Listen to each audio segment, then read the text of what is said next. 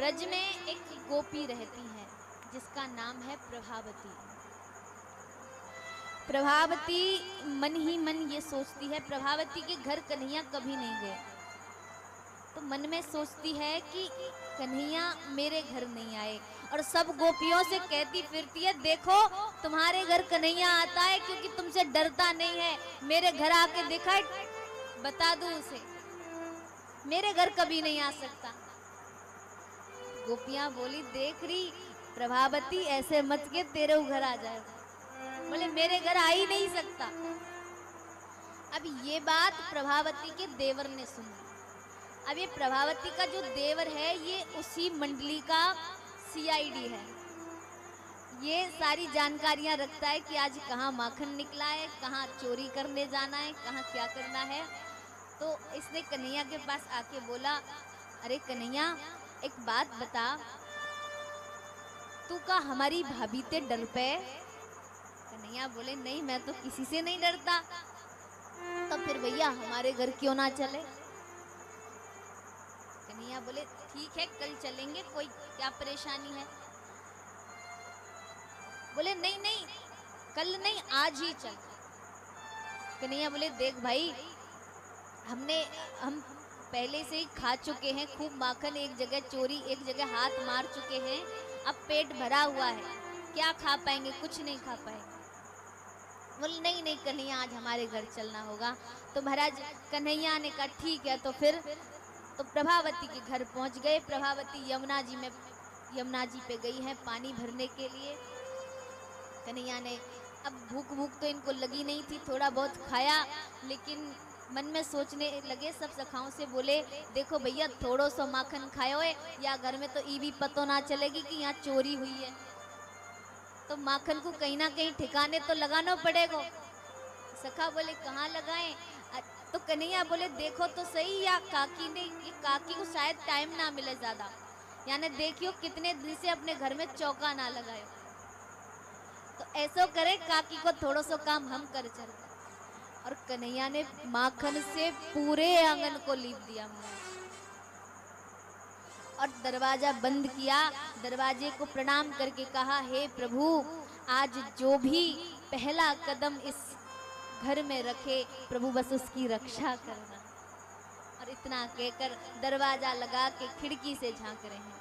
इतनी ही देर में प्रभावती काकी आ रही हैं। प्रभावती काकी के सिर पर मटका है, मटके के ऊपर एक और मटका है, हाथ में एक मटका है और दूसरे हाथ में भी एक मटका है।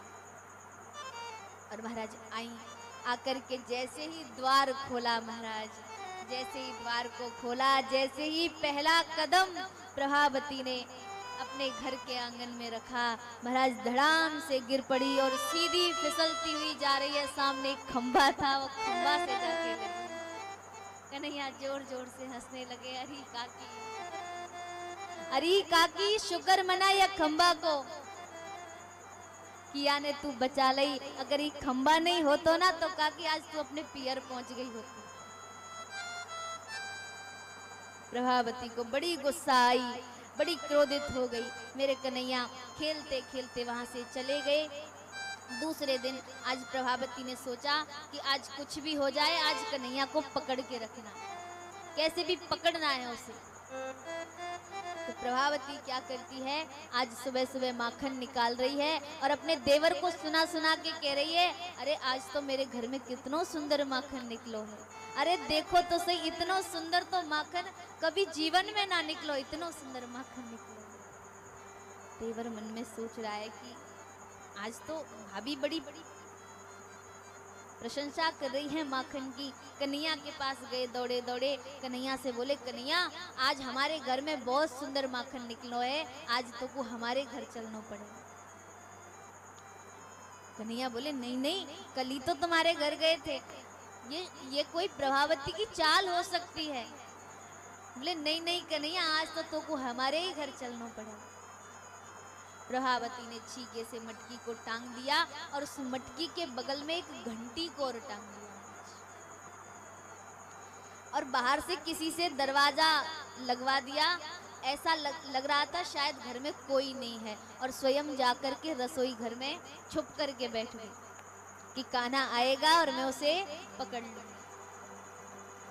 मेरे गोविंद ने कहा ठीक है भैया। अपनी ग्वाल वाल मंडली को लेकर के गोविंद आए। देखा अच्छा तो काकी यमुना जी पे गई है पानी भरने। गोविंद ने दरवाजा खोला, देखा घर में कोई नहीं है। चुपचाप से आए, सखा खड़े हुए, सखाओं के ऊपर और सखा खड़े हुए। महाराज मेरे गोविंद ने जैसे ही नीचे से देखा, मटकी के बगल में एक घंटी और लटकी है। गोविंद ने कहा अच्छा तो काकी पकड़ने की पूरी प्लानिंग में है। तो प्रभु ने सोचा यहाँ थोड़ी अपनी ऐश्वर्य शक्ति का प्रयोग कर लिया जाए। तो प्रभु घंटी को समझाते हुए कह रहे हैं, देख रही घंटी, हम जब माखन चुराएं तो तू बजना मत। घंटी हाथ जोड़ के बोली, प्रभु सेवक स्वामी की आज्ञा का कभी उल्लंघन नहीं कर सकता। प्रभु आप खूब माखन चुराइए, मैं बिल्कुल नहीं बजूंगी। प्रभु ने सखा खड़े किए, सखा के ऊपर सखा, सबसे ऊपर गोविंद खड़े हुए। मटकी को छीके से उतारा, घंटी नहीं बजी। सबने माखन खाया, घंटी नहीं बजी। भगवान के सखाओं ने घंटी को इतना हिलाया, हिला हिला के घंटी की खोपड़ी फोड़ डाली, लेकिन घंटी नहीं बजी। सब हिला रहे घंटी को, घंटी नहीं बजी। सबने माखन खाया। मेरे गोविंद का एक नियम है, वो सबको खिला करके सबसे बाद में स्वयं खाते हैं। सबको खिलाया और जैसे ही मेरे गोविंद ने स्वयं पान करना शुरू किया, जैसे ही माखन को थोड़ा सा माखन उठा करके खाने ही लगे थे, महाराज घंटी टन टन करके जोर जोर से बज गई। प्रभावती को पता चला, दौड़ी आई, दौड़ी कन्हैया को पकड़ लिया। कन्हैया के सब रे सखा भाग गए, कन्हैया आज फंस गए। धम्म से कन्हैया को पकड़ लिया और बोली, मैया यशोदा बहुत कहती हैं कि मेरे लाला को सबूत के साथ पकड़ के लाओ तो मालूम। आज तो पक्को चोर पकड़ लियो, आज तो ब्रज को पक्को चोर पकड़ो। क्यों रे नंद के छोरा, तू बहुत माखन चुरावे और तेरी मैया हम पे विश्वास भी ना करे, आज तो तू पकड़ के ले जाऊं। कन्हैया बोले, धत्तेरी की आज तो पक्के फंस गए, क्या करें। हरी काकी, चल आज तुझे मैया के पास लेके जाती हूँ। अरे काकी थोड़ा रुक तो सही, मैं थोड़ा इस घंटी से बात कर लेता हूँ। जब इससे मना किया था कि बजना मत, तो क्यों बजी। मेरे गोविंद घंटी से वार्ता करते हैं, घंटी मैंने तुमको मना किया था ना कि तुम बजना मत, तो क्यों बजी। घंटी कहती है, प्रभु मैंने आपकी आज्ञा का उल्लंघन नहीं किया। प्रभु आपने कहा था जब हम माखन चुराएं तो बजना मत। प्रभु जब आपने छीके से मटकी उतारी मैं बजी। प्रभु बोले नहीं बजी। अरे प्रभु जब आपके सब सखाओं ने माखन खाया, प्रभु मैं बजी। प्रभु बोले नहीं बजी। अरे प्रभु आपके सखाओं ने हिला हिला के मेरी खोपड़ी फोड़ डाली, मैं बजी। कन्हैया बोले नहीं बजी। लेकिन प्रभु जब जगत का स्वामी, जगत का ईश्वर, जगत का परम पिता, जगत का पालनहार जब भोग लगाता हो, जब मेरे गोविंद भोग पाते हो, तब प्रभु मैं बिना बजे रह सकती हूँ, तब तो मुझे बजना ही पड़ता है, इसीलिए प्रभु मैं बजी। प्रभु बोले अरे गोपी, अरे घंटी आज तो तू भी धोखा दे गई, लेकिन अब आगे का क्या करना है। मन में सोच रहे हैं अभी तो पूरा रास्ता बाकी है, कुछ भी हो सकता है। काकी ने 1.5 हाथ लंबा घूंघट लगा लिया, कन्हैया के हाथ को कस के पकड़ लिया और पूरे ब्रज में हल्ला करती जा रही है, आज तो मैंने ब्रज को पक्को चोर पकड़ लियो, आज तो मैंने यशोदा को छोरा पकड़ लियो, आज तो सबसे बड़ो चोर पकड़ो है। कन्हैया मन में सोच रहे, हे भगवान अब क्या करें। सब सखा पीछे पीछे जा रहे, आज अध्यक्ष जी फंस गए, क्या करें। सब बोले कन्हैया आज तो तेरी कर्री पिटाई होगी। देखिए कन्हैया के जितने सखा चल रहे हैं उनमें सबसे पीछे, सबसे आगे कन्हैया का वो सखा चल रहा है प्रभावती का देवर। तो कन्हैया ने मन में सोचा थोड़ा प्रभावती काकी से बात करते हैं। अरे काकी एक बात बता, तेरो ब्याह है गयो? काकी बोली कैसी बात कर रहे हो लाला, ये मैं यहाँ की बहू हूँ। अच्छा तो ये बता तेरे बाल बच्चे है गए? बोले हाँ बाल बच्चे भी हो गए। क्यों तो को मेरे बाल बच्चे ने का मतलब? अरे काकी मैं या लिए कह रहा हूँ कि तूने मेरो ये हाथ इतनी जोर से इतनी कसके पकड़ो है, मुझे ऐसा लगे तेरे मन में कोई दया धर्म ही नहीं है। बोले लाला अभी तो तेरा हाथ ही लाल हुआ है, घर चल, घर घर चल के तो देख, जब तेरी मैया सुनेगी ना, तेरी मैया तेरे गाल पे थप्पड़ मारेगी तो तेरा गाल भी लाल हो जाएगा। एक बार घर तो चल। अरे काकी मैं घर की बात नहीं कर रहा, मैं तो केवल इतना कहना चाहता हूँ काकी तू मेरो ये हाथ छोड़ के मेरो ये हाथ पकड़ ले। काकी बोली या में तो कोई परेशानी नहीं है। जैसे ही प्रभावती ने हाथ छोड़ा, महाराज जो देवर था उसको बुलाया कि यहाँ पे आ।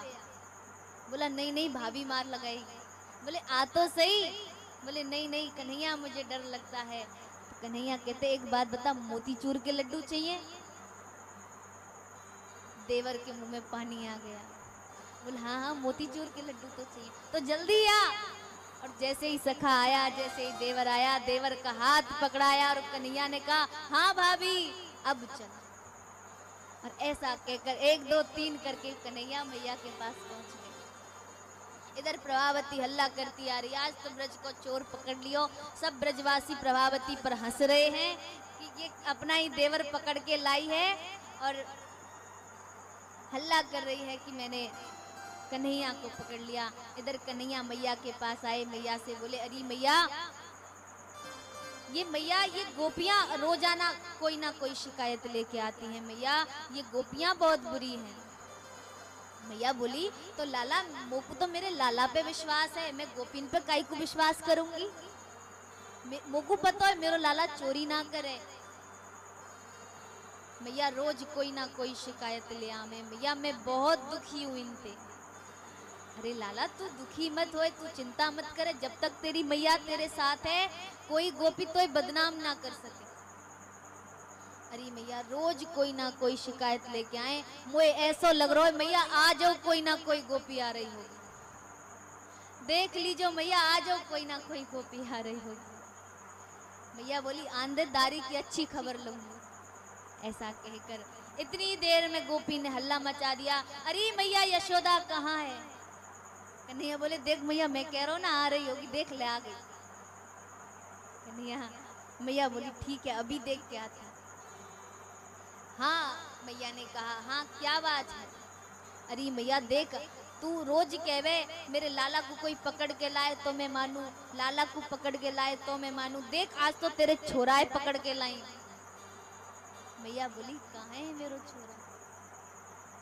अरे मैया तो कोई इतनो बड़ो ही छोरा दिखना रो, अरे हीरो तेरो छोरा। गोपी ने जैसे ही हाथ आगे किया, मैया बोली कहाँ है मेरो छोरा, मोय तो दिखना रो। अरे मैया हीरो तेरो छोरा। मैया बोली देख पहले तो तू अपने घूंघटे उठा और जब बता मेरो लाला कहाँ है।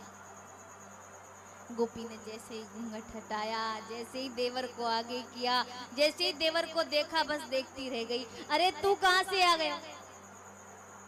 अरे मैंने तो गोविंद को पकड़ा था, लाला को पकड़ा था, तू कहाँ से आ गया? देवर बोलो भाभी रात को भांग पी के सोईगा, मैं पूरे रास्ते चिल्ला तो आ रहा हूँ भाभी मोए छोड़ दे, भाभी मोए छोड़ दे, लेकिन भाभी मेरी छोड़ ही ना रही। गोपी भ्रमित हो गई, मैंने तो सोचा था मैं तो गोविंद को पकड़ के लाई थी, ये कहाँ से आ गया? मैया ने खूब डांट लगाई, देख गोपी मेरे लाला को बिना ही बात है बदनाम करने की जरूरत नहीं है, मोको पता है मेरो लाला कितनो सच्चो है। गोपी बोली हाँ मैया हमको भी पता है वो तो, देख गोपी मेरे लाला बदनाम नहीं करेगी।